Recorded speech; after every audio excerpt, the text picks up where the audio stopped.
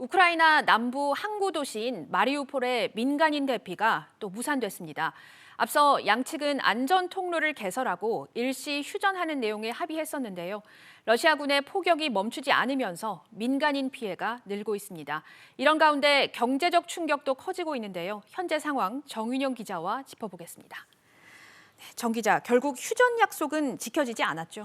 네, 앞서 양측은 현지 시간 3일 열린 2차 회담에서 민간인 대피 통로를 개설하고 통로 주변 일시 휴전에 합의했었는데요. 이후 5일과 6일 낮 민간인 대피 시도가 있었지만 러시아군이 공격을 멈추지 않으면서 대피가 무산됐습니다. 현재 마리우폴에 고립된 민간인은 40만 명에 달하는데요. 전기와 식수가 끊긴 상태에서 러시아군의 공격에 노출되어 있어 피해가 더 커질 것이란 우려가 나옵니다. 우크라이나 부총리는 러시아군이 병원과 학교까지 무차별 공격하고 있다며 러시아군이 민간인을 겨냥한 대규모 군사작전으로 국면을 전환하려 한다고 주장했습니다.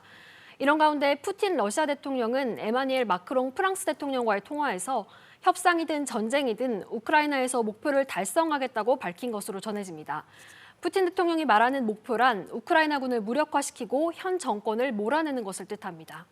네, 사태가 아무래도 장기화가 되면서 물류망도 끊겨서 피해가 현재 속출하고 있다고요. 네, 이미 스위스와 덴마크, 프랑스 등 대형 해운사들이 러시아 노선 운항을 중지했고요. 네. 하늘길도 속속 막히고 있습니다.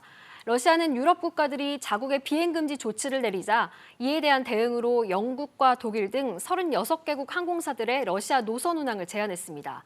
대한항공도 오는 18일까지 러시아행 화물기를 운항하지 않습니다. 네. 이에 따라 우리 기업들 대응도 이어지고 있는데요. 삼성전자는 러시아로 향하는 반도체와 스마트폰 등에 대한 수출 물량 출하를 중단했고요. 현대차는 물류난으로 반도체 수급에 어려움을 겪고 있는데 러시아 공장 가동을 멈춘 데 이어 이번 달 생산 물량도 절반으로 축소한 것으로 알려졌습니다.